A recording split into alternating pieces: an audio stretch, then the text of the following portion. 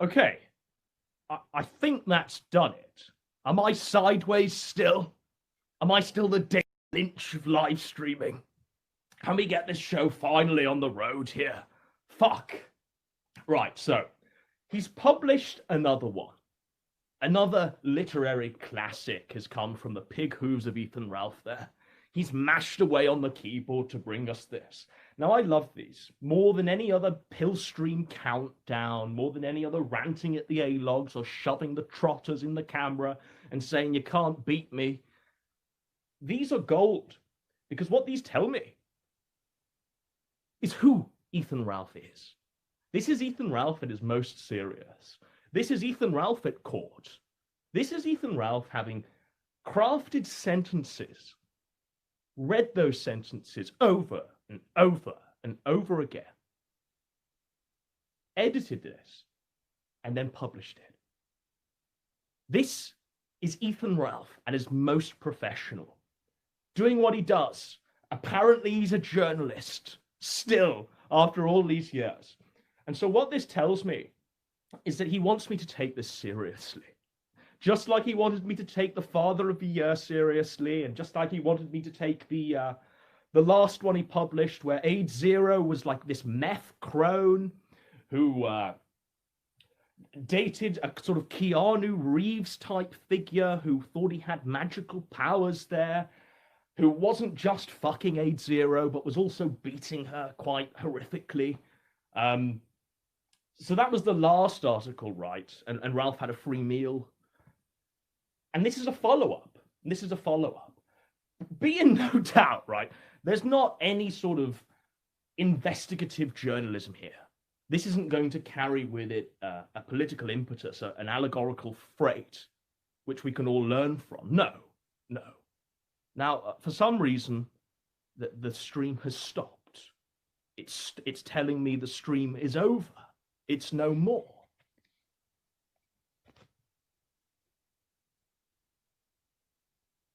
There's nothing I can... Am I even live? It's all in German, so I don't even know. I can't see if I'm live. All right, let's fucking go. He's published an article, third one in as many weeks almost. It's almost one a week now. It's called The Sunset Mindset. When I first saw it, I thought he'd finally written his suicide note. I got my hopes up there a little bit. Sadly, this is about wishing someone else death. These are always a great insight of who Ethan Ralph is, because this is Ethan Ralph at his most professional. Just imagine him in court. This is the Ethan Ralph we'll see. The professional journalist LARPer Ethan Ralph. He's crafted sentences here. He's mashed the pig hooves on the keyboard. He's formulated some words. He's even read over the article a few times before hitting submit. This isn't just a fiery, sort of crazy off-the-hoof interview. No. This is pure Ethan Ralph autism, designed to be the most damaging content nuke possible. Now, who does it concern? T-Clips. T-Clips is who it concerns. It's a laugh a minute. It's absolutely crazy what he's written here. He promises it's a 3-minute read, and as with all of these things, they always take a lot longer than 3 minutes, ladies and gentlemen. But we're going to do our best. We're going to do our best. So, the sunset mindset. Sadly, not Ethan Ralph's suicide note. He italicizes this first paragraph. He says, "This morning I woke up to an extraordinary claim being leveled against me." Isn't that every single morning? Isn't that like every single morning of this man's life? An extraordinary claim that's completely true and has no fictitious embellishments. No, this is every morning. But apparently this morning was significant enough for him to write this article. He says, "Some fat cow in Phoenix that I made fun of a few times has accused me of flagging her channel." Now, the fat cow from Phoenix is T-Clips. Previously, he's called her Beluga Lee, which I thought was a fucking great name, right? I thought that was the best nickname he could possibly have come up with for Booba Lee T-Clips there. Sadly, we've resorted to Fat Cow. Now, whether he couldn't spell beluga and beluga Lee, whether that evaded him, who knows? But I think, I don't know, Fat Cow, is that it? Is that it? Beluga Lee would have been better. A lot better, quite frankly. So I was unaware of this, right? Because prior to this, I'd spoken to T-Clips like a few weeks ago now. And she told me that Andy Warski flagged her channel. So what's going on there, folks? But apparently it's Ethan Ralph. Ethan Ralph flagged T-Clips' channel. Now, I really do not care about any of this. All of this is garbage, absolute garbage. Whether someone is flagged or not, I simply do not care. I've been flagged about 50 times now. And you know what? It doesn't bother me. It absolutely doesn't bother me. It still surprises me that it's a cudgel for which to beat people with. Like, it's flagging. Who gives a shit, really? You know, all flagging really does is, first of all, stop monetization, which is a good thing, which is a net benefit to society. The second thing flagging does is what? Put you in community guideline strikes, which means that you have to start a new channel at some point. You can't keep the 100,000 subscribers you've got hostage anymore. You can't keep them captive. You can't keep the subscribers you've tricked into subscribing via gaming the algorithm anymore. No. You have to start a new channel and hope that your fucking relevance is still there for the few thousand subscribers to come and resubscribe again. So I really do not give a shit about flagging. The only way I care about flagging is it's a good weapon for which to beat people who denounce flagging with. You know, it really is. When you've got somebody like Ethan Ralph, who's built an entire career almost off the back of Mundane Matt's flagging, denouncing that, saying that it's a high crime, saying that it's a mortal sin. It's a good weapon to which to beat these people with. But I mean, it's at the end of the day, it's flagging. Is it a really great loss to society if T-Clips goes down? No. Let's be real. No. But it's a good weapon because it uses Ethan Ralph. It gets in his mind and it makes him produce stuff like this. It really does. So this Fat Cow, he says, keep in mind, this same Fat Cow has countless clips of mine on that same channel.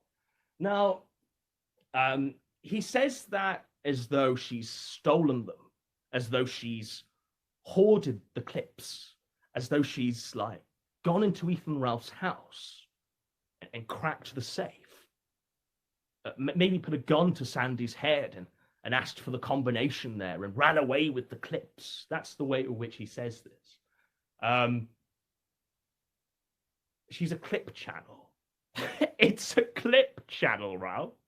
But amongst her countless crimes is having countless clips of Ethan Ralph on that same channel. He says, I could literally take it down at any time with arguably legitimate copyright claims. Now, again, I would argue the arguably legitimate copyright claims. Ethan Ralph isn't Warner Brothers. He's not Howard Stern. He's not CBS or HBO. He's an alcoholic neat streaming from his mother's house with his child bride serving him alcohol. I mean, what copyright is there to hold? You know, what team of copyright lawyers are there defending the Ethan Ralph intellectual property? There are none. Zero. Maybe Gator. Maybe Nick. Well, maybe there was Nick Ricator before he defected. But alas, like, there's no copyright to be had. It's the kill stream. It's the kill stream. I mean, if he really wanted, like, copyrighted content to be fully preserved, put it all behind a paywall, which we'll breach anyway, but put it all behind a paywall, Ralph, because that's where it's all going to go anyway, isn't it? Eventually, you're going to get so pissed off with the negative clips, the taking me out of context clips, that you're going to put everything behind a paywall. So you've got a legitimate claim for which to flag everyone down. You've already done it with audio before. You've already tried the water, and it's been successful, certainly with D-Live. And I think with BitChute as well. I heard that BitChute have been flagging down the ballad of Ethan Ralph there that Mr. Medica on his deathbed, as he's dying from cancer, as he's hooked up to the chemotherapy tubes, he crafted for us one last hurrah from Daddy Jim there before he himself had a peaceful sunset. So here we go. I could literally take down T-Clips's channel. By the way, quickly, not once does he mention T-Clips at all, or even T-Clips's name. I mean, it's just so passive-aggressive. It's just so passive-aggressive. We're supposed to infer who this person is. Now, I imagine the people that actually do follow Ralph for his journalistic fruits are completely perplexed by what he's talking about, are completely baffled by what he's talking about, because he doesn't give any names. This is just a passive-aggressive, womanly rant. It's some fat cow on the internet. I mean, I imagine the mouth breathers that are Ethan Ralph's audience would actually believe that he is talking to a fat cow, standing in a field there, eating grass. He says, I have not flagged her channel down, and I will not do that. He's a man of honor, apparently. So, when you see the fake reports that are sure to follow this article, I want you to remember this statement. So he wants you to print this off, frame it, keep it at eye distance, keep it close to you at all times, just in case anyone brings up any false claims about Ralph flagging T-Clips's channel. This is the final word on the matter. There need be no other. This screed has been written. I mean, now I know it's been said, I know he himself has said it before, but I mean, during the research for my documentary, I have actually been trying to find out whether Ethan Ralph does have autism, right? I know he himself has said it sometimes on the show. I've got clips of him saying it in jest. He talks about how he doesn't like to mispronounce words. Pronunciation is a big thing to him, and he says that's part of his autism. He says that certain things are part of his autism as well, like sound and stuff like that. So I have been literally trying to work out whether he does have autism. So I've been going through the DSM-5, because what I've been seeing is a lot of parallels to Jahans. You know, Jahans, who's probably the most autistic person I know next to PPP, right? But you know what I mean? Like, Ethan Ralph has got to have some sort of autism just to go about and do this, because this reads exactly like a Farshnook article. It does. I mean, just like Jahans, he publishes these lengthy official screeds on his website in hopes that it's the final word on the matter. Just like Jahans, he streams at length every day. Just like Jahans, he's fucking crazy and he's got this weird personal life going on. And just like Jahans, he doesn't know when to back down. So, I mean, question, press 1. Has he got autism, folks? Has he got autism? Where is Gunterium? Upload Kino now. Does he have autism, folks? Press 1. I'm seeing a few ones here. Okay, I'm seeing an autistic spectrum of ones. He's got autism. It would make a lot of sense to me, right? It really would. Just the way he goes about things, because this is more than just alcohol. This is more than just the mother's medication. This is more than just the poo from the child bride. This is something else. This is something ingrained, isn't it? Fuck. He says, well, he now goes into the main meat and taters of the article here. This business is an interesting one. This business. Is it a business? Is this a business? Is Ethan Ralph's show a business? I mean, is it a business? Now, I know it's like some shady lemon grifting business, but I mean, is it a business? Is he filing tax returns? Is he in public handing out business cards saying that he's the owner proprietor of the RalphRetort.com and the Kill Stream? I mean, is he really doing this? Because this isn't a business, is it? It's just a person firing up a live stream every night, liquored up and on his mum's medication. You know, in the interludes from him, you know, angrily responding to tweets and the damn dirty A-logs. I mean, this isn't a business. It's never been a business. A grift at a push. He says, on one hand, they tell you not to respond to trolls. Don't feed them. Don't give them more material. This is Gator speaking. This is a Gator DM that he's just decided to italicize. Don't feed them more material. What you are doing. Surely you, the long-time host of the kill stream, understand the maxim. Don't feed the trolls. The thing is, though, like, don't feed the trolls works to an extent. I mean, I've never been one to personally, like, with what they're saying to Ethan Ralph. I've seen the DMs. Like, I see that, like, when I open up the fucking morning digest here, I see all the DMs from Ethan Ralph's fucking private group server, and I see what the fucking tactics are. And it gets to the point where I'm sort of doubting whether this is real or not. You know, and whether I'm being gay ops to talk about what I've got. And I think it's all real. I think it's all correct. Because what Gator and various other fucking capos left are saying to Ralph at this moment in time is just focus on the show. Focus on the kill stream. Ignore all the drama. Ignore your crazy personal life. Ignore all the A-logs. Which would be great advice, wouldn't it? If Ralph's show wasn't called The Kill Stream, if it wasn't founded on the back of drama and ruining people's lives, if it wasn't found on the fucking the mountain of skulls that constitute, like, what, Mundane Matt in who's that one? The fucking Monkey Jones, you know, and Boogie. You know, the lowest of the low, and Sargon, if it wasn't founded on the back of, like, destroying all of their lives, then maybe they'd have a point. But the show is drama, isn't it? Isn't this the show? Isn't this the show, Ralph? It is the show.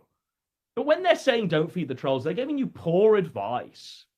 Because I want a war. You want a war deep down, Ralph. That's why we do this. We want a fucking war. I bought a general's uniform, which I'm going to wear to send the neat samurai to war.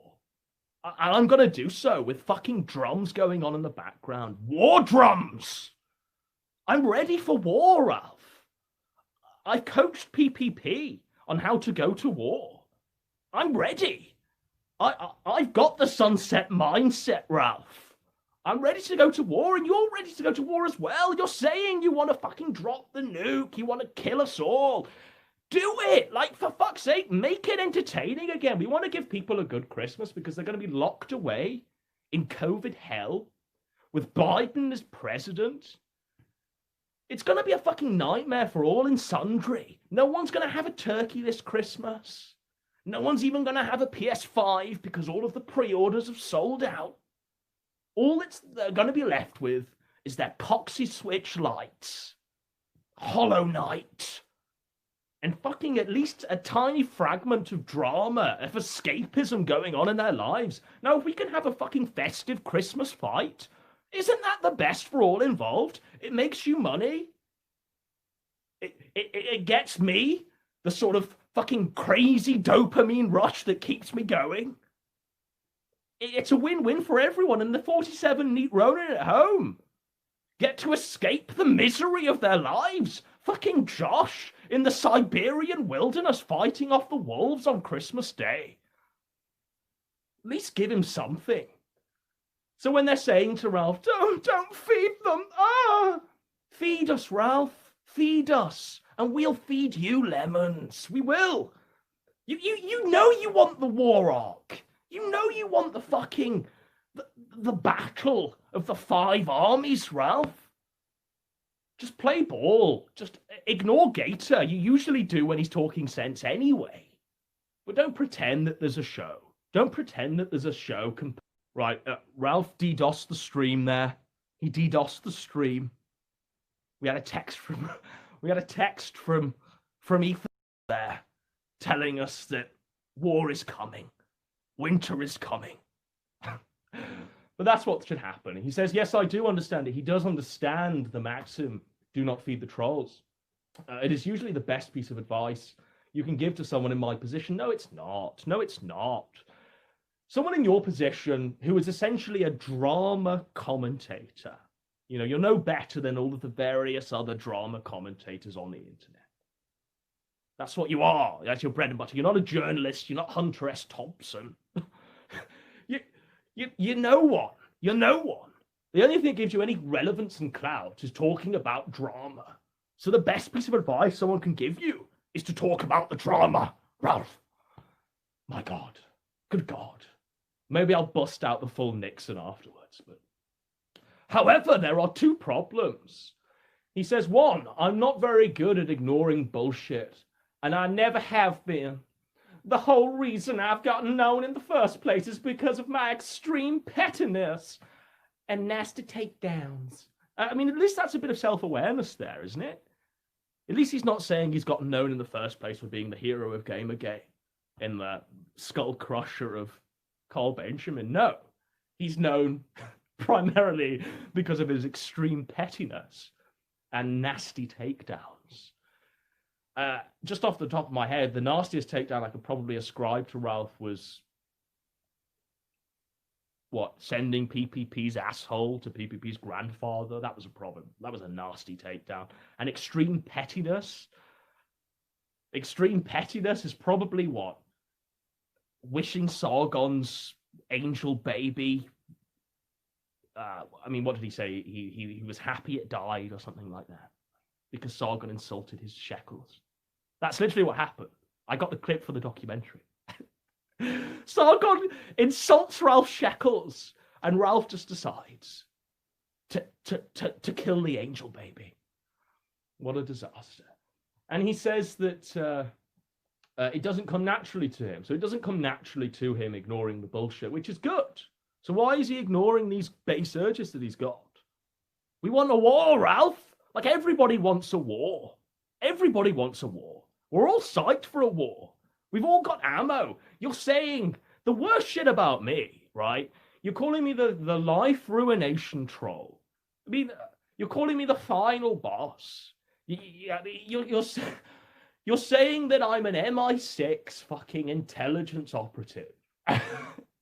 Like, what is wrong with, let's just go. Let's do this. Let's do this, Ralph. Let's fully fucking put on the table. Whether or not we're feds, whether or not we're just laughing at you because you're a fat alcoholic retard on the internet, or whether this is all fucking GCHQ and Boris is there filming. My God. He says also, number 2, silence in the face of massive slander and libel is not always the right call.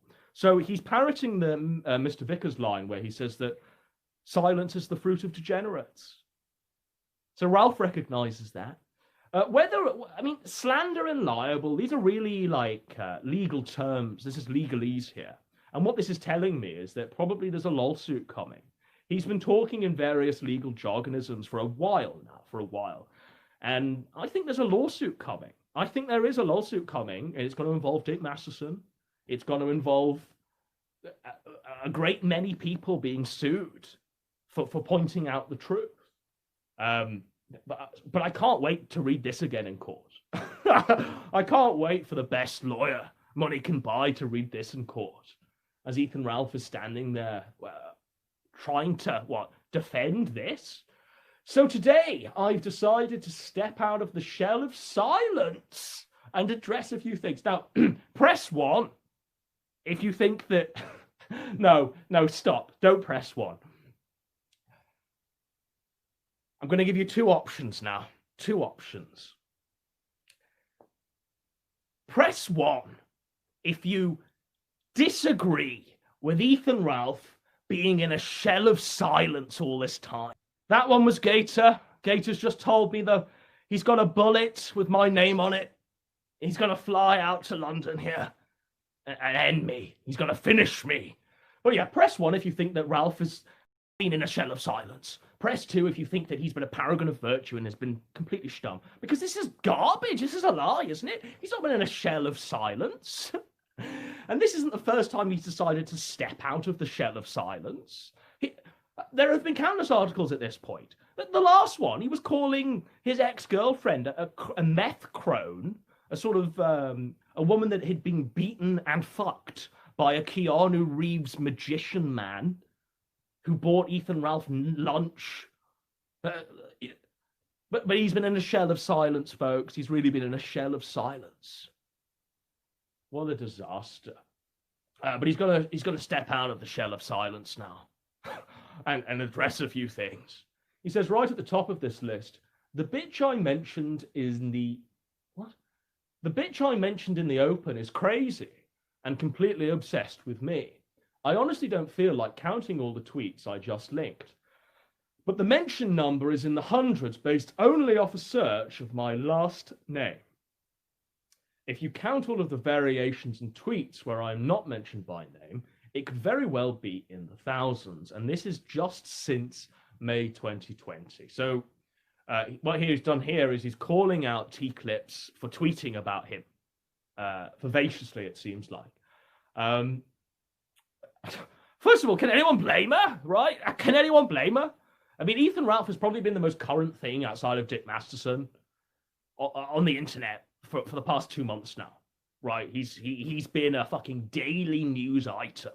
There's always been something crazily new, right? I know T-Clips has like a personal horse in the race. But I mean, I think everyone is tweeting about Ralph hundreds of times a day. Like everyone is, right? I don't know anyone that's not. I've not seen a Twitter feed that's free of Ethan Ralph, or at least some mention of Ethan Ralph being fucking crazy this past month. Maybe that's just me, but I mean everyone's tweeting about Ethan Ralph. But now he's using people's tweets to say that he's upset. They're obsessed with him. Now it could be thousands since May 2020. Doesn't that tell you everything you need to know? There have been thousands of tweets about Ralph since May 2020, because since May 2020, we've had a cacophony of degeneracy stemming from the guns. We've had crazy shenanigans, folks. We've had like probably 6-7 anime arcs reach completion since May 2020. And they only seem to be carrying on. It continues, and it never seems to stop. He says, add that in with probably 50 or more clips posted on a YouTube channel, and perhaps you can begin to see the obsession. Now, I suppose here we have to believe Ralph, right? We have to believe that, and add a bit of context into here. Ralph is trying to spin the narrative that T-Clips, Booba Lee, I don't actually know her real name, Beluga Lee, I thought that was the funniest one. He's spinning a narrative where he's saying that she wanted the little carrot there, the 2-inch carrot. She wanted to be thumbed in the bottom by Ethan Ralph. That's what she wanted. And he kicked her to the curb, and Warski said no. And now she's a spurned ex-lover, wannabe lover. And this is why she's doing it. This is why the obsession is here. So Ralph is coming home, and all of his suits have been cut up, and his little bunny rabbit there has been boiled, and this bitch is crazy, and all of these bitches are crazy because they've been kicked to the curb by Ethan Ralph. They can't taste the sweet, sweet gun sweat of Ethan Ralph anymore, or even hope to see it. So this is why they're doing it. Now, I would counter that with just this. It's funny. It's pretty fucking funny. Because, I mean, this is just T-Clips. This is just what T-Clips is getting. She's getting an article. Just an article here. Josh had like a mother's mugshot posted and a live stream. I mean, what do other people get? Like, what are the other hangers-on gonna get? You know, what's Phantom gonna get? what will Phantom get? Will Phantom get a screed? Will he get a paywalled show?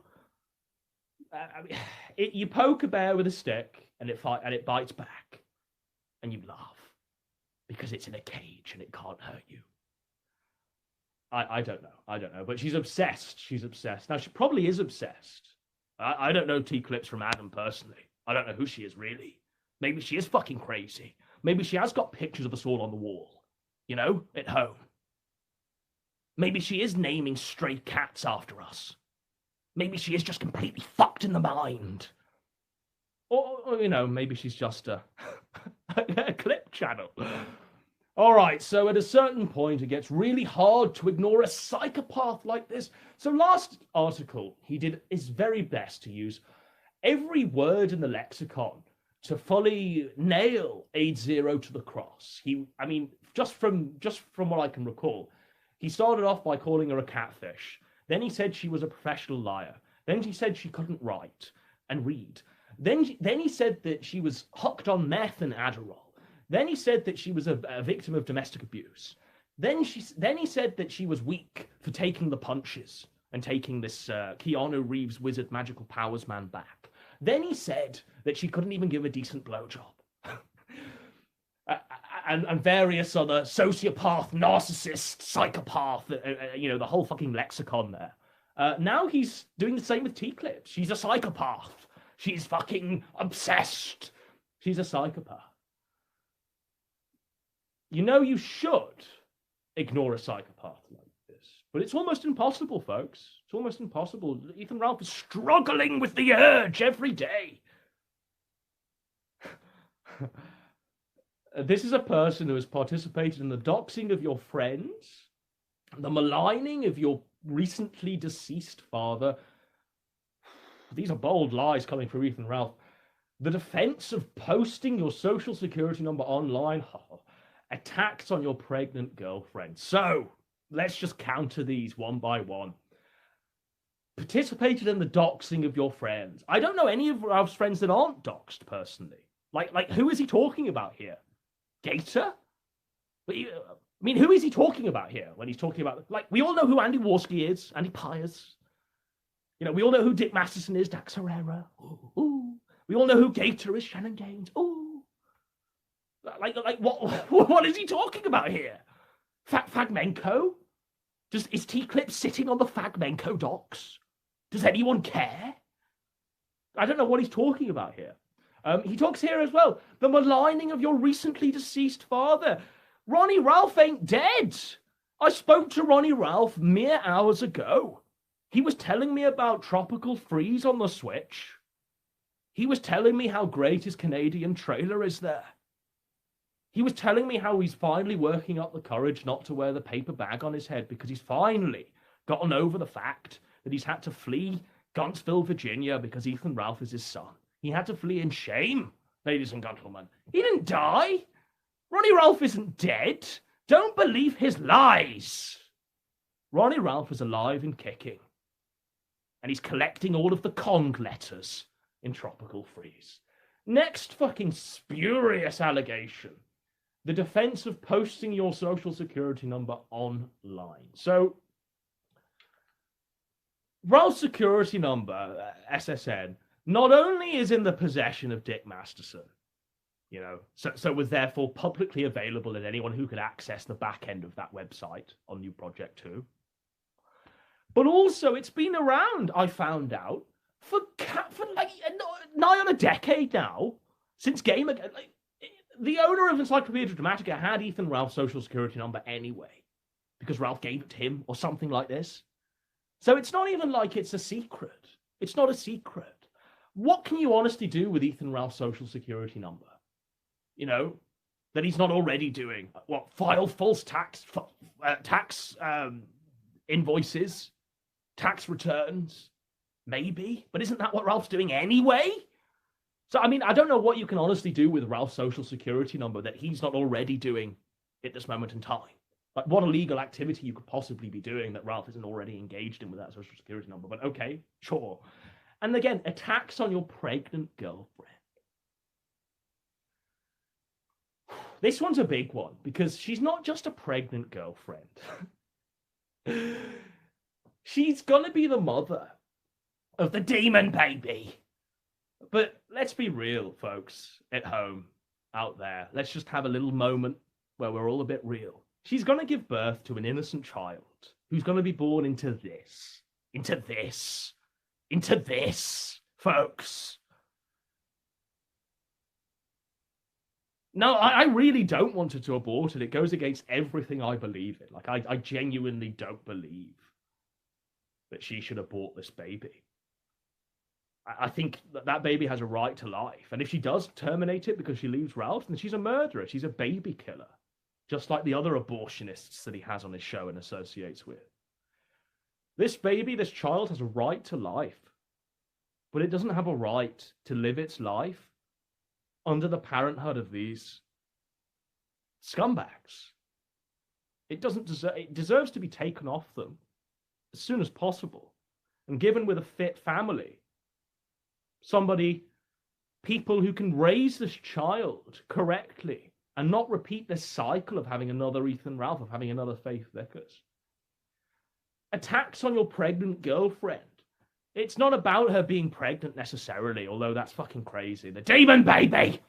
She shouldn't be pregnant, but it's more than just attacks on your pregnant girlfriend.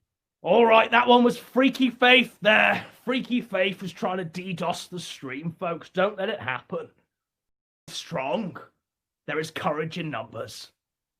They want the baby to be with a decent family, and they want it to have at least a slither of a chance in life. I mean, what a terrible fucking set of people are for wanting the child to grow up well and not, having to reach the bottle when it reaches the age of 14, because its parents are just total shit.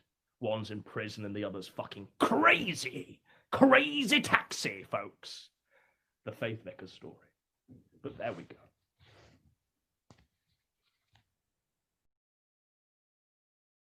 It's so impolite when somebody calls you in the middle of a fucking live stream. What's wrong with these people? Genuinely, what is the matter with these people? Okay, so at a certain point, it gets really hard to ignore a psychopath like T-Clips. You should know, but it's almost impossible. This is a person who has openly participated in the doxing of your friends, maligning of your recently deceased father, the defense of posting your social security number online, attacks on your pregnant girlfriend, and much more. The list of her crimes is endless, folks. Suffice it to say, this woman is very mad online about yours truly. Now that all her lies about my personal life have fallen flat, now that it's clear that none of the promises they made about me taking a new vacation are true, they're throwing anything they can at the wall and hoping something will stick. This is their only real strategy against me and the kill stream. Lot to unpack in that one. I don't necessarily know what lies she said about your personal life that have fallen flat, apart from her releasing those DMs where you asked her to go on a date to Dick Masterson's mansion, the Barbie dream house. And she said no. And Beluga Lee said no. So, I mean, whether that's a lie about your personal life that's fallen flat, I don't know. But I think pretty much everything else that's been said is pretty accurate, isn't it? You did thumb the bottom. You did leak the tape. You did a various amount of things that are pretty fucked up objectively. They're throwing anything they can at the wall and hoping that something will stick. That's always been the strategy. That really has always been the strategy, and it's not a bad thing. It's not a bad thing to throw darts at the wall and hope one lands on bullseye. As long as the darts are hitting the board, right? The little circle there in the pub. Like, he's saying that this is a bad strategy. This is the only strategy, and it works. It works far more effectively than anyone else, right? The new vacation. So this is him alluding to going to jail. It's strange how he calls it a vacation, like he's going to Butlins or something. Like he's going to Blackpool, or he's going to Cuba there. No, he's going to be spending time at Her Majesty's pleasure, maybe at Rikers Island there, making fucking license plates. But it's a vacation for Ralph. It's a little holiday for Ralph. I'm sure. They're throwing anything at the wall and hoping it will stick. This is their only real strategy against me in the kill stream. Yes, that's correct. That is 100% correct. Is there anything wrong with that? Because that is exactly the strategy. Sadly, some are playing into their games. So he's calling out Dame and Rakata and all of the other snakes now. I'm not going to show you Spurgs a god. Is it really professionalistic? Is it really professional journalistic copy to use the word Spurgs in an article? Maybe it is. You Spurgs a goddamn thing. It will only lead to idiots saying it was fake or demands for more evidence. I won't be participating in that nonsense. You know, I won't clear my name. I won't show the world that I'm telling the truth. No, no, because what you're saying is baseless. Because I say so. Because Ethan Ralph is God. You know, Jesus on the cross. It's flagrant bullshit based on, you know, what I've laid out here. You can all believe it if you want. Either one is more fine with me. So he's not even like writing coherent sentences. These aren't coherent sentences.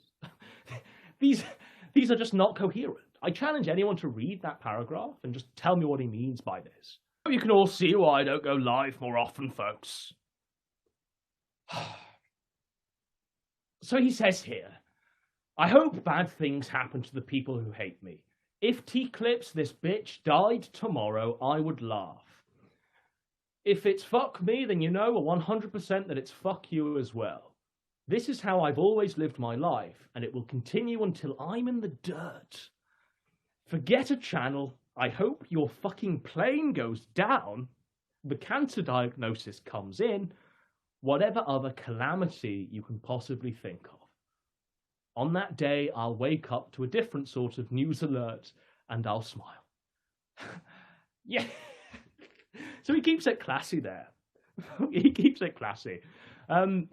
Just the one bit I did want to point out there was that he's frequently, as of late, been talking about his own mortality, talking about how he's going to be carried out in a box, as no one can bring him down. Only death can kill him, right? He's been talking in increasingly terminal terms, right?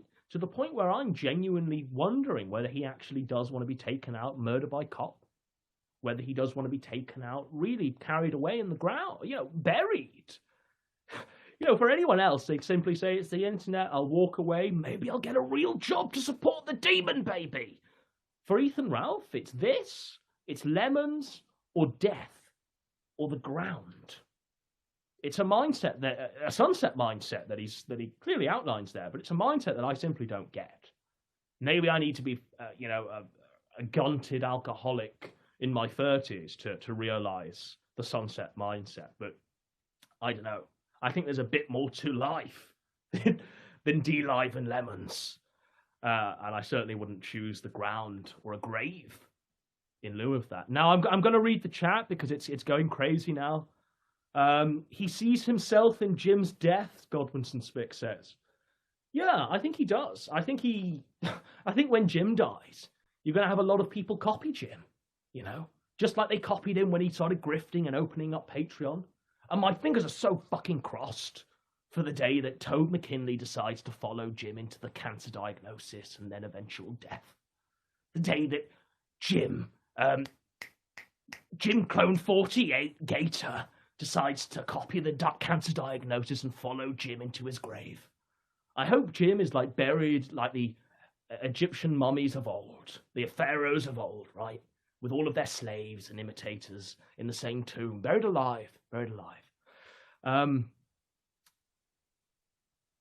The grift continues. Toad has been very quiet recently. Well, here's the thing about Toad.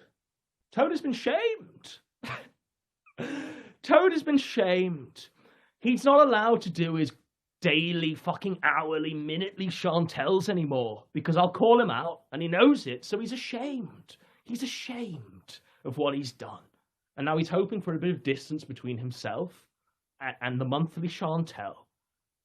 So he can at least return with a bit of credibility. Because if he returns now, granted, he's been disavowing Dax and Digibro because, I mean, who can defend that? But, I mean, he's still fucking dirty. His hands are still dirty there. You know, he's still associating with Leo Pirate, the dog fucker, there behind the scenes. But, yeah, no, he's keeping his distance. He's keeping his silence because he's ashamed of what he's done. Toad the Leper last tweeted on the 18th of August. Yeah, he's ashamed of what he's done. Honestly, this man is ashamed. The minutely, the secondly Chantel is no more. You know, Chantel's thanked me personally for putting the show on hiatus. She thanked me personally, folks. 27 shekels. This is it. Toad was a complete complicit motherfucker. I mean, he was complicit in all of this. And he did it for 27 pieces of silver, not even like a high number. alas, there we are. I can't see much in the chat. Rumblings of Aid dropping dirt on Ronnie. I mean, what can she say that we don't already know about Ronnie? You know? He struggles at Crash Bandicoot. He's living in a trailer in Canada.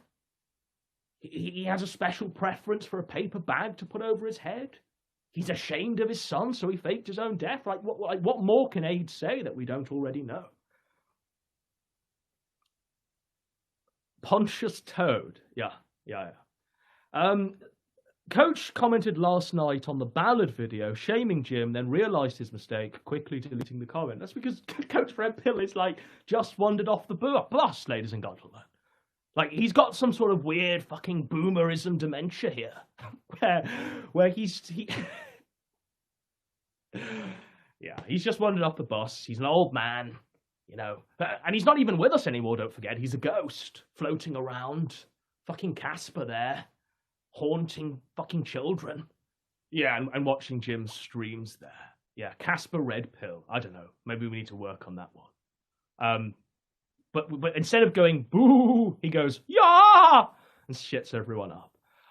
Gator will be the endless flame because his blubber will burn for eternity. I don't know. Like, if you read a lot of what Gator's been saying recently in his tweets and sort of saying online, he's been saying that people should start working out more. He's been saying that PPP especially should be losing the weight. So I don't know if Gator's lost a lot of weight. You know, I don't know if he's gone like the full, what is it, Penn Jillette. Remember when Penn Jillette was fucking massive and was funny? And then he went thin and started being like a Hillary shill. And just drastically unfunny, sort of like a male Kathy Griffin. He's maybe Gator will end up like that. Gator is ripped now. He's going to beat us all up. I hope he does. I mean...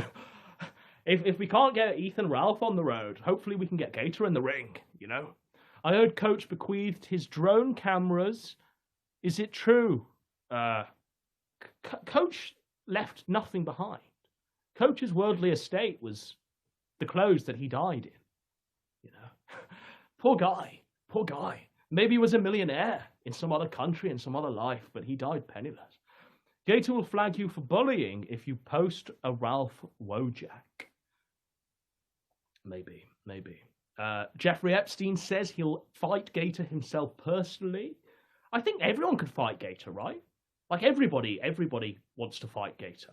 You know? Anyone is moving too fast. I predict Ethan will get drunk, Faith will protest, a domestic will happen, and Ethan will be back in jail.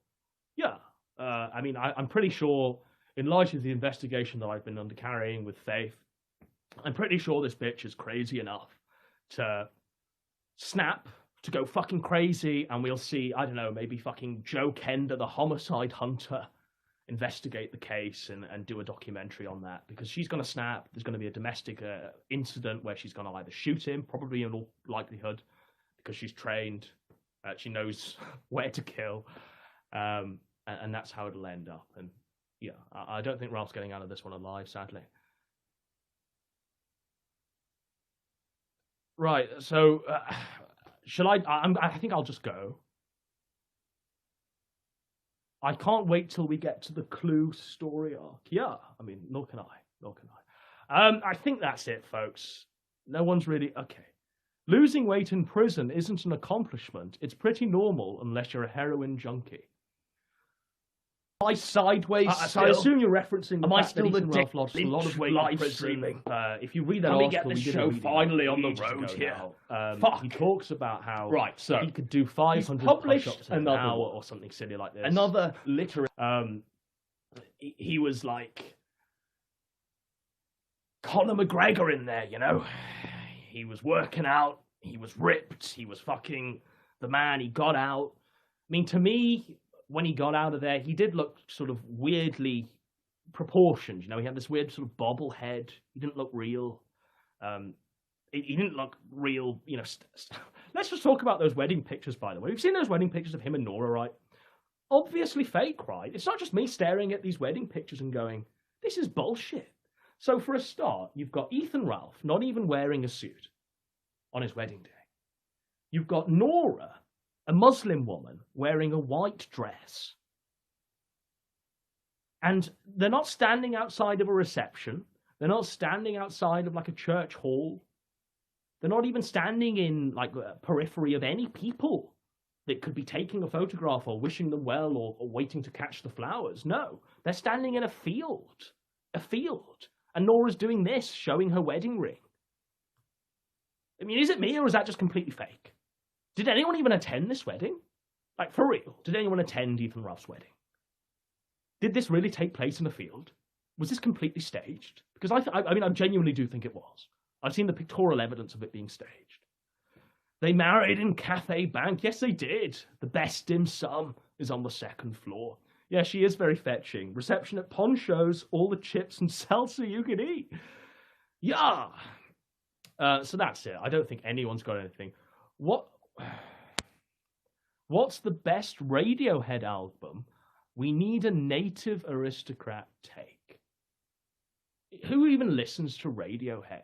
Listen to fucking Elbow, you faggot. Ethan has no friends or family who loved him. I think that's pretty much it, you know? I mean, he doesn't. That's the sad reality of this. Maybe the demon baby will love him, right? Maybe the dark spawn, the demon seed will love him. But I don't think anyone who's currently alive, you know, loves Ethan Ruff, and that's a sad thing. Deepfake Metica is actually preferable to real Metica now. At least Deepfake Metica is doing its fucking job. The Kill All Pedos man, I think he'd had it in the pipeline for a while. And you know, it's as good as any gym video you're going to see. Certainly whilst he's dying, you know. The last gym video I saw, it was, 14 minutes on a man pissing his pants? I mean, is it just me? You know, and also there was like countless COVID streams where he's shilling for the Chinese. Is it just me, folks? Is it just me? You know, Jim's lost it. Jim is as good as dead, folks. Deepfake Metica is where it's at. It's enough to convince Coach Red Pill, and it's enough to get Ralph to spurg out all over Twitter, saying, it's not true! It's not real! It ain't Jim! Jim's a dying, sick man! Leave him out of this! It's been amazing. There's lots of chat coming in. I can't. Jim is hooked up to the tubes right now. Yeah, he really is glowing in the dark. Fake Jim is better than real Jim, confirmed. R.I.P. Jim. It convinced a lot of people. It didn't convince anyone. Like, it didn't convince anyone. You're deluding yourself if you think it convinced anyone. But it was good enough, because essentially it was all of Jim's words, everything that Jim said in the past, strung together, and it's the video that Jim should make, because it shows a pattern of behavior that he's had previously, where he would have made a video on Ralph, and it would have been an hour long, and it would have been called The Ballad of Ethan Ralph, and it would have outlined all of his crimes. And simply by stringing his own words together, we have produced this. Jim definitely liked it, I'm sure. I mean, is the man's opinion relevant now? You know? Soon to be dead Jim? But he can like it or not. I mean, we have the fake Metica now. He can pass on to the next life. You know, he can be buried in the tomb with Jade there, still alive. And we can all enjoy fake Metica. It had more production value than all of Jim's videos combined. Yeah, it did, yeah. Did you steal a water filter from PPP's apartment? Yeah, I did.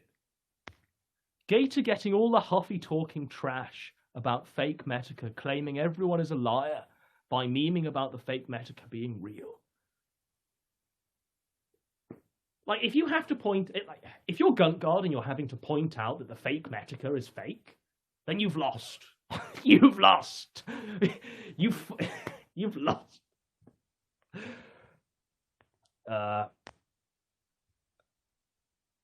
We are all Jim now. We don't need him anymore. I agree, Margin Boo. Jade's getting all that Jim soundboard ready. I want to give my hot take on Jim. If you've kept up with Total Biscuit, you know, the co-optional podcast there, you know when Total Biscuit died, he left behind so much debt, such a shit show. He wanted to die in like a mansion that he was in so much debt with. He left his wife with like tons of debt, a new house that he just bought, and you know, and nothing really apart from video games to keep her going. So now the wife does like live streams with Jim Sterling, she still kept the show going without Total Biscuit alive. You know, she's still grifting because she needs to pay off these debts, and I think that's what's going to happen with Jade. Now, if you're not even familiar with the Total Biscuit lore, go back and watch my fucking endless videos on Total Biscuit as he was dying. You can see what I'm talking about, and you can see what the immediate aftermath of what we all covered there. But I mean, this is reminding me so much of the Total Biscuit shit. They've just bought a house, Jim and Jade. You know, they seem to be not really ready for the future. I don't know what's going on. I can see Jade doing live streams on Jim's channel. I can see that happening. Jim will leave us with Cam or Jade. I probably assume so. I mean, just look at John Bain's wife, and you can see what I mean there. Maybe you're all completely unfamiliar with the Total Biscuit there, but I've given you a. He died of like ass cancer, you know. I've given you like the TLDR. Jim isn't actually sick with cancer; it's a metaphor. So here's the thing, because someone said this to me. They said, well, you know, what if Jim isn't actually dying of cancer? I mean, you can't say that you're going to ignore everything he says or because he's dying of cancer. And I said, well, look, if I tweet Jim, if I have a conversation with Jim, that conversation could be his last because he's dying. He's a dying man. And I certainly don't want that blood on my hands where I could have been the last conversation with Jim, you know. It's like when Walt Disney died. You know, when Walt Disney died, the last words he said were Kurt Russell. And Kurt Russell's carried that through his life, this guilt that he killed Walt Disney. So I said, you know, who's going to associate with a dead man or a dying man? I mean, let him do his bucket list with Morgan Freeman there. Let him ride off into the sunset. And this guy said, oh, you can't say this. What if he's actually not got cancer? I said, well, if he's not got cancer, then who would lie about this for a start? That would mean like nothing changes. Nothing changes. Whether he's lying or whether he's actually got it, nothing changes in terms of how I'd associate with Jim from now on. You know, if he's lying about having cancer, then who gives a shit? Let him die. You know, let him carry on. If he's got cancer, who gives a shit? Let him die. Let him carry on. It's the same difference. If I was dying, I'd spend my last days on Twitter too. This is a good point, right? You know, I spend my last days on Twitter tweeting about COVID, Black Lives Matter, Coach Red Pill. You know, come on.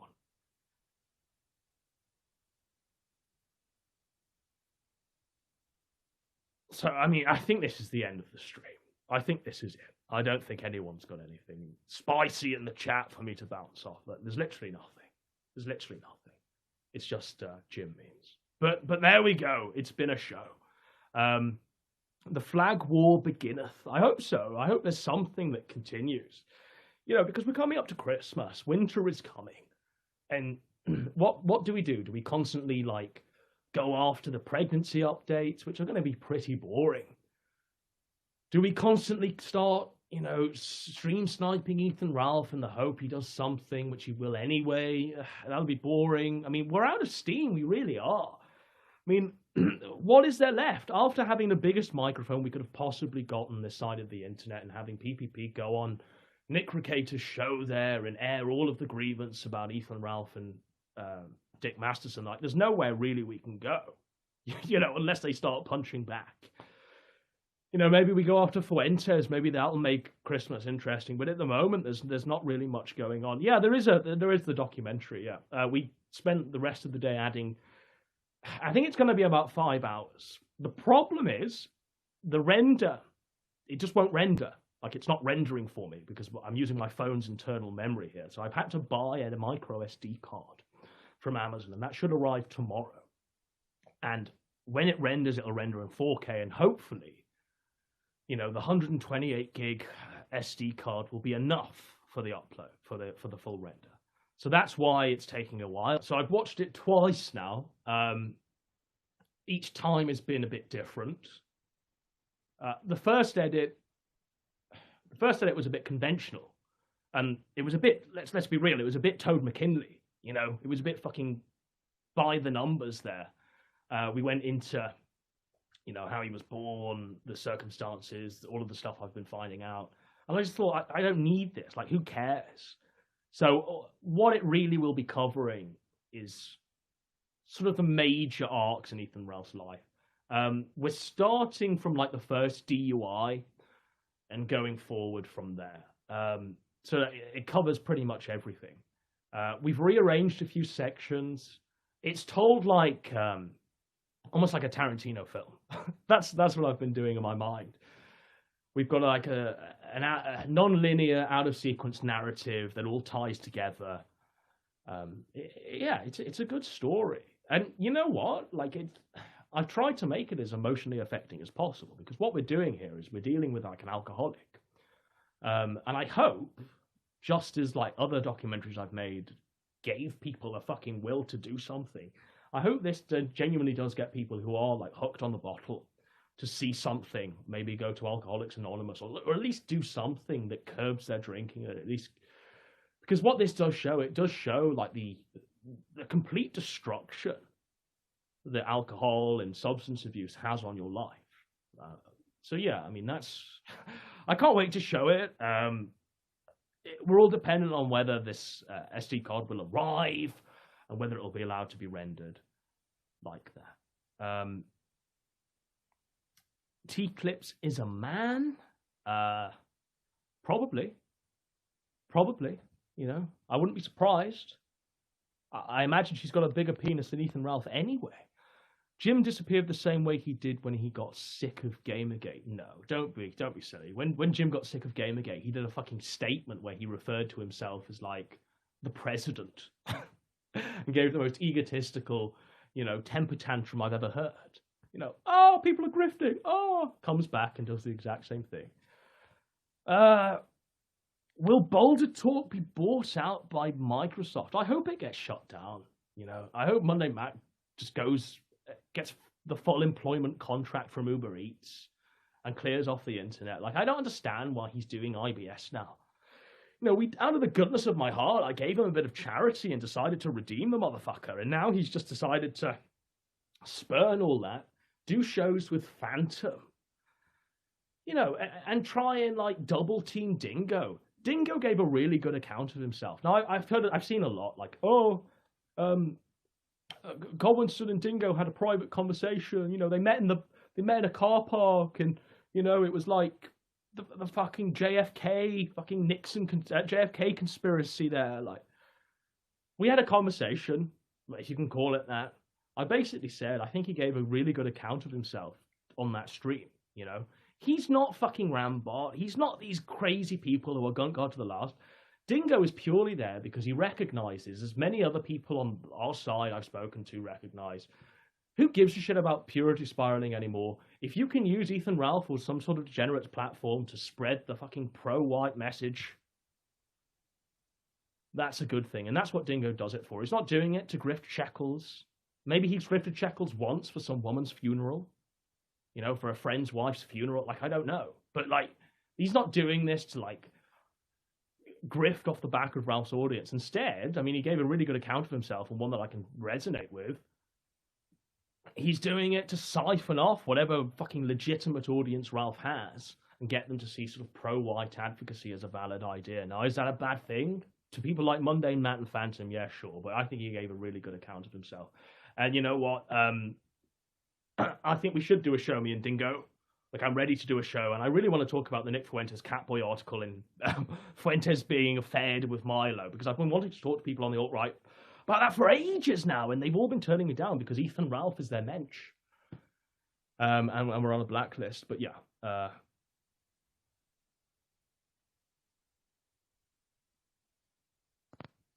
So there's nothing. There's nothing in chat. People are now Deus Volting in chat. That's when I know the show should end. That's when I know the show should end, folks. Godwin go when?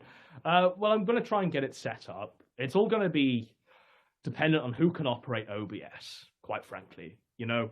And also, I've got a pretty busy schedule. At this moment in time, I am 100 stars exactly, 100 shine sprites exactly in Mario Sunshine. You know, at the moment, I'm collecting all of the fucking blue coins. But yeah, and then we're on the fucking path of pain on Hollow Knight there. So we've got to try and fit the Dingo show in just before I move on to the two. Um, Dingo has knelt and kissed the gunt, called himself a coward for what he said about Ralph, which was true. Look, Dingo is playing a fucking solid game, right? He is purely about the message. Dingo is purely about the message. If he can use a fucking useful idiot like Ralph and get on his platform and spew any sort of message out there which will resonate with people at home, bear in mind this is a message that's been censored off YouTube, that's been relegated to places like fucking BitChute, which is a fucking honeypot for GCHQ. All of this is fine. I think Dingo is probably the best out of all of them. Certainly more than Rand, who thinks that I'm MI6. You know, idiocy.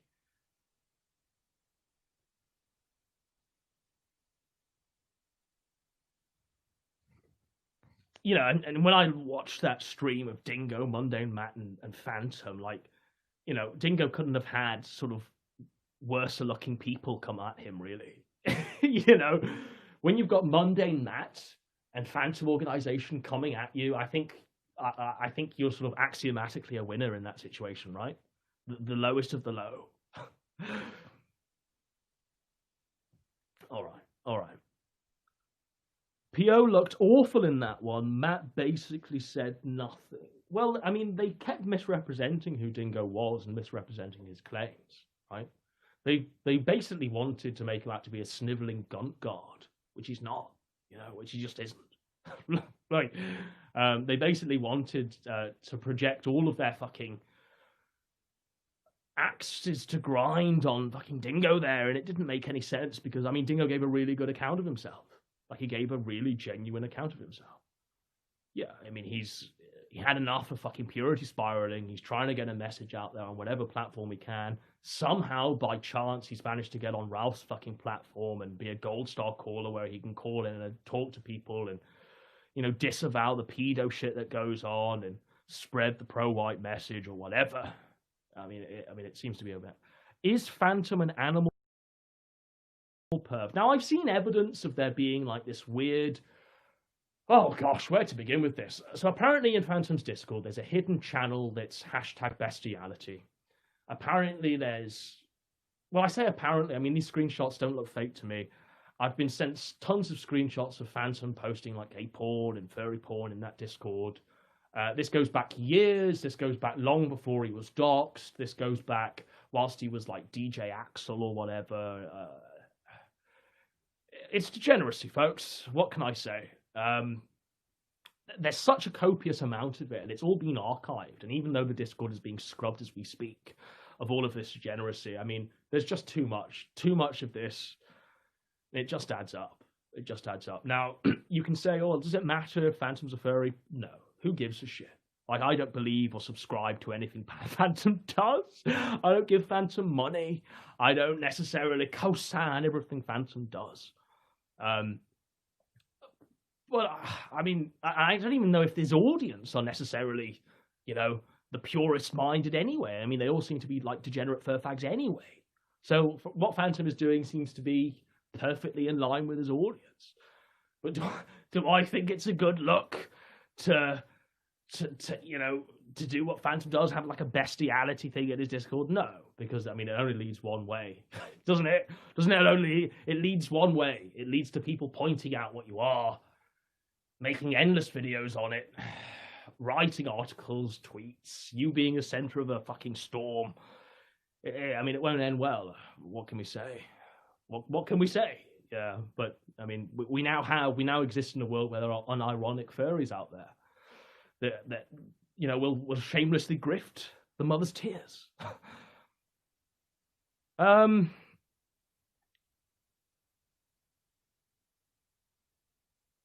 firstler, I knew it. Lord Godwinson will pay pigs like me be let into heaven. Well, Hondo the Razor, like, who do you pay pig to? Who do you pay pig to? Because I can't really answer that unless I know who you're pay pigging to. Hondo the Razor. Chat's moving so fast I can't really see. Dingo found his in with the Gunt's enemies. Dingo found his in with the Gunt's enemies. Time for him to stir up drama. Well, I mean, I don't think he's doing it for an in. None of this is doing what could benefit the white race, folks. None of this is about benefiting the white race. It's purely about having fun at Ethan Ralph's expense. So I don't think we're going to be the new TRS. I don't think Dingo's found an in here, folks. Some autist says, "What games do you play on your Switch?" That's a good question, right? So currently I'm playing the All Stars ports. Quick thoughts on All Stars there. Mario 64 is really good. It's still really good. All of these faggots that complain about the camera are just incorrect. If you've not been playing this game, all of your life, there's something the matter with you. The camera is absolutely fine. I know where all the stars are by memory, like literally by memory. So yeah, I mean, it's absolutely fine. The only problem I have with the remaster, if you want to call it that, is that it's in 4:3, and if you're playing on your handheld Switch, it's not necessarily the best. But it's nice and sharp. The 64 textures have been rendered in HD, so they are sharp, and the colors are nice, and it does look like the best version of the game we've seen, to be honest, officially, certainly. I remember the Wii U one was blurry and dark, and the lighting was off, and it didn't look great at all. But yeah, the Mario 64 is great. Sunshine, I've done an about face on Sunshine recently. I really like how difficult it is. I really do. Maybe it's because I'm older. Maybe it's because I have more of a patience for certain things, but I really do appreciate its difficulty. Those levels, without Flutter, are genuine genius. I absolutely do adore that game. What more can be said? Galaxy, I've not really played Galaxy much. I don't like the way it's forcing me to use the touch screen and the gyro there to do the racing. But, I mean, in terms of like 3 games, you can't really ask for better games to be in one package, really. People moan about the price, but I think you can buy Mario Sunshine for £120 online if you want it officially. Sure, you can download and ROM and emulate a lot of this stuff, but I don't know. Yeah. What else do I play on my Switch? I really like let's just do the top 10, shall we? Outside of Breath of the Wild and Mario Odyssey, which are obviously the top 10. Hollow Knight's fucking really good. Fire Emblem Three Houses is really good. I've really been enjoying Hades there. Hades is a good little indie game that's just been released. What else? Like, I've been playing the Final Fantasy X and X-2 remasters. I mean, I had them for the Vita back in the day, but now they're on Switch. I've been playing Monster Hunter Ultimate in lieu of Monster Hunter Rise coming out. I've always been a fan of that series. Yeah, I mean, I think the Switch is a good console, but there are times when it just is appalling. Like, it will crash if you put in something that's a bit more powerful. There are massive frame rate drops on stuff like Fire Emblem when you're just walking through a simple monastery. Some of the Switch exclusives there are just appalling. Link's Awakening is terrible. I never really liked it when it was a Game Boy game anyway. Its remaster is terrible. I hate the way it looks. Hurts my eyes. It's full of frame rate drops. Both of the Pokemon, or what? All 4 of the Pokemon games on the Switch are terrible as well. Luigi's Mansion 3, whilst it looks good, plays like garbage. I'm not really a fan of Smash. Yeah. People are saying, I like Link's Awakening. Yeah, because you're a contrarian. You're a contrarian that likes the worst of the best franchise, Yeah. Next, you're going to be advocating for Majora's Mask and fucking Wind Waker. Pleb tier games that are constantly being shilled as the best in the series, when in fact they are not. They are terrible games. They are terrible. Playing any JRPGs at the moment? Well, I suppose outside of like Final Fantasy and like Fire Emblem, I recently fully completed Dragon Quest XI. Here's my honest review of Dragon Quest XI, folks. So Dragon Quest XI, whilst I really enjoyed it being the definitive Dragon Quest experience. Someone who's been playing these games for years, folks.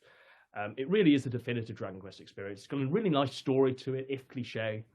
I like the way it ties into Dragon Quest 3. The very end sequence of the credits leads into Dragon Quest 3 and Erdrick waking up. I like the graphics. I like everything about that side of it. I even like the voice acting, which is strange for because I remember the voice acting of Dragon Quest 8 being shite. But I don't know. There seems to be like a difficulty vacuum, right? It's so piss easy. You can literally not grind a single thing and defeat the bosses, you know. And the maps themselves are just straight paths. Whilst you've got monsters going around on the overworld there, a bit like Pokemon should be. There's not really a great variance in the enemies there. The soundtrack, after you've listened to it for like 100 hours, and you recognize that it's the same two songs on a loop, you know, the same two songs, whilst they're perfectly well orchestrated and delivered, they're not the best things to listen to. So when people say like Dragon Quest 11, I can hear the music in my mind, and it's not good. It's like an earworm.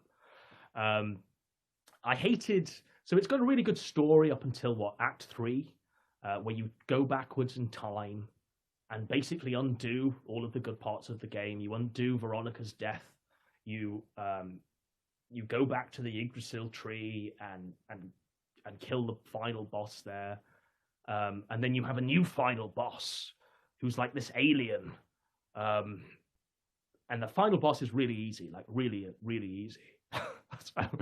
So I mean, mixed bag, Dragon Quest 11, really mixed bag. I think I preferred 8 overall, and 5 ultimately is probably the best one in the franchise, the series. In terms of Final Fantasy X, I played that back in the day, thought that was really good. Never got the hate for it, and now it seems to be like people seem to widely praise it as the best Final Fantasy anyway. Although I think 12 is probably the best. I do like 4 and I do like 12. 12 probably has the better story. It's all politics and shit, you know.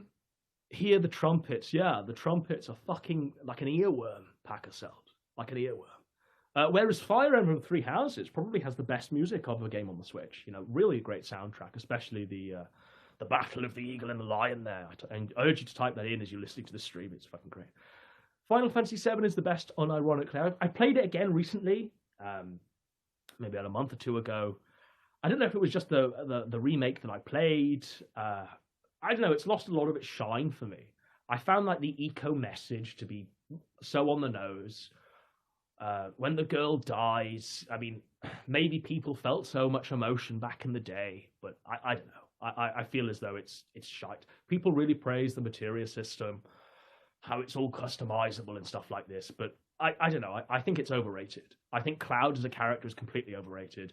I think, the remake, by the way, I played. The fucking remake. I played about, half an hour of it at a friend's house, and I thought, what have they done? What have they actually done? Probably the worst sample of the game I was on. The dancing segment, you know what I mean? The dancing segment that they've turned into a big fucking thing. Yeah. I don't like how they've turned all of the combat into real time as well. For me, really, Final Fantasy should be turn-based.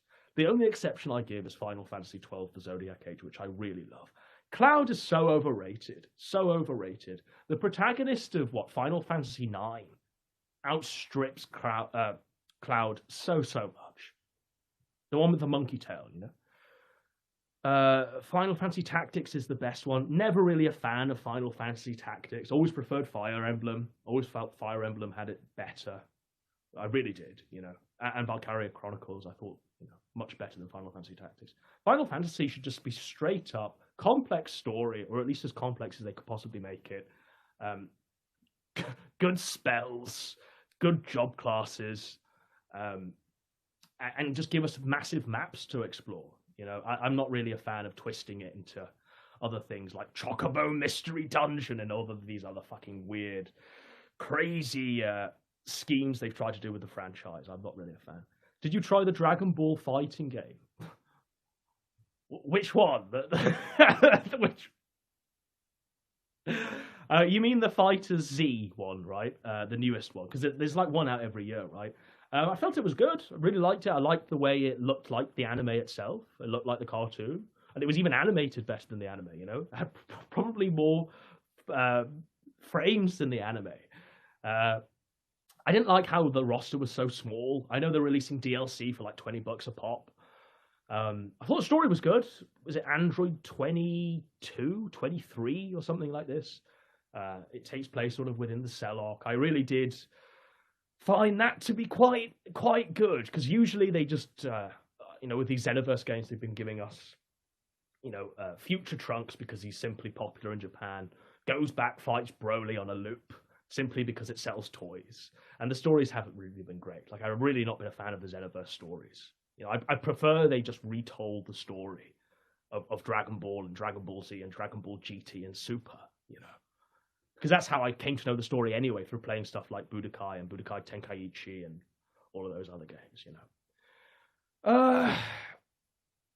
You played Octopath Traveler? Yeah, I played it a while back. That's a different one as well.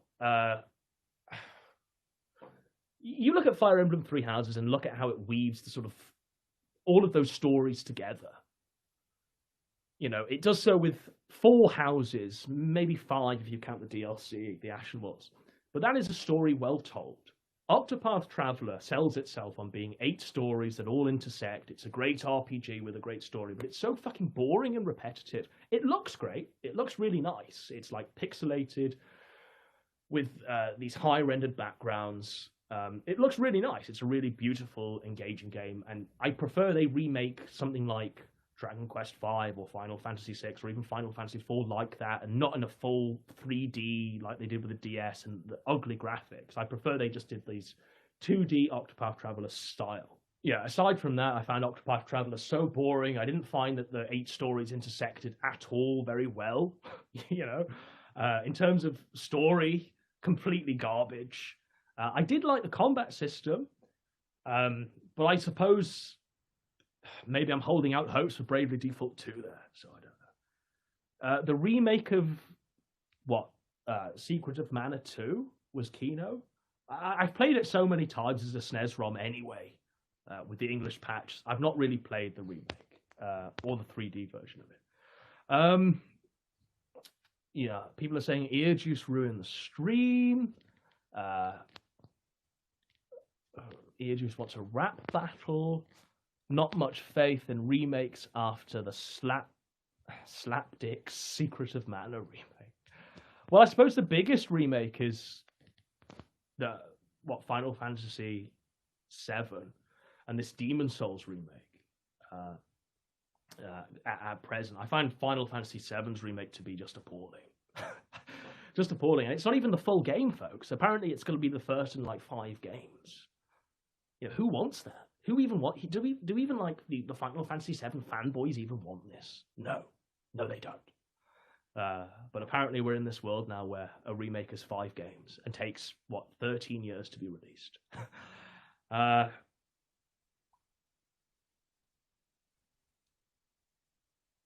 Earjuice has never tried rapping.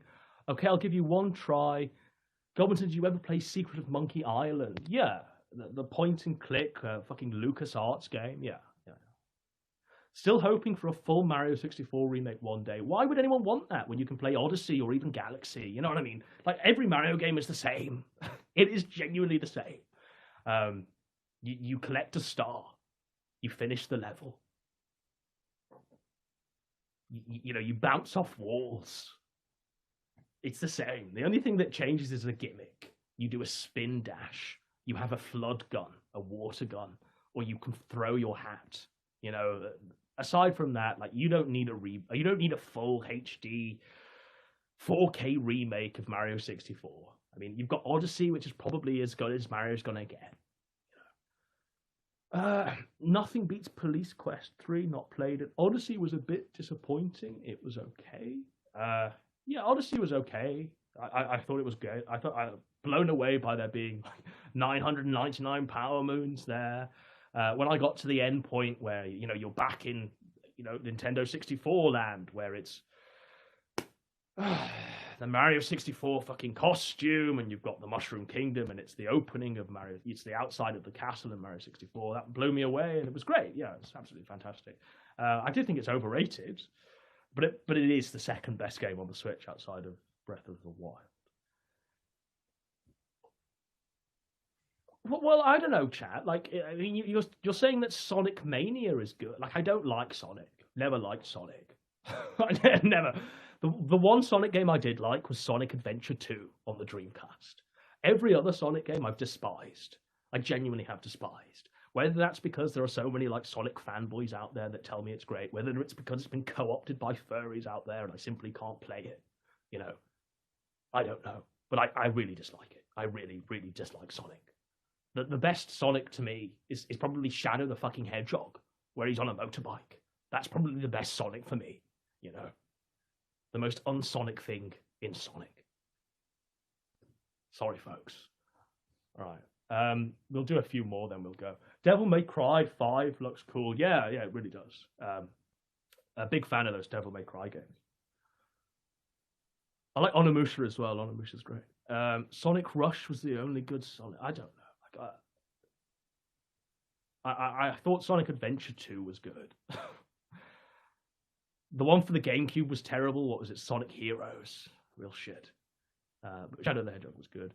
Did you play Golf Story? No, I haven't. But I've heard it. Here's the thing about these indie games that people recommend me. The only good indie game I've played, straight up, is Hollow Knight. Straight up. Maybe Cave Story, you know? Cave Story and Hollow Knight are probably the only good indie games I've played. Undertale, pile of crap. So many people recommended it to me. I thought it was going to be like Earthbound. Earthbound 4, you know, Mother 4. I mean, those games are amazing. Really well written. A nice bit of sardonic humor going through the whole storyline. Bit of irreverence going through the whole thing. Unlike any other sort of RPG, unlike any other game you've ever played. Nice, clean graphics. Mother 3, probably the best of the Game Boy Advance games. The entire roster there. People recommend Undertale to me. What a pile of crap. Every other character's like a tranny. It tries too hard with its humor. It's just total garbage. The fact that it's got like countless Funko Pops and plushies and bedspreads made completely baffles me, folks. So I really disliked Undertale. You know, what a load of crap. Celeste is another one, right? So Celeste is another one, right, which is just complete garbage. Probably my favorite genre of all time is like incredibly hard as nails platformers, where you've got to be just so fucking in the zone, so juiced up to play them. So I was recommended Celeste, right? Apparently it had all of the best features of a hard as nails platformer. It's really going to keep you going. It's really going to fulfill that need you have. I'm told as well that the story is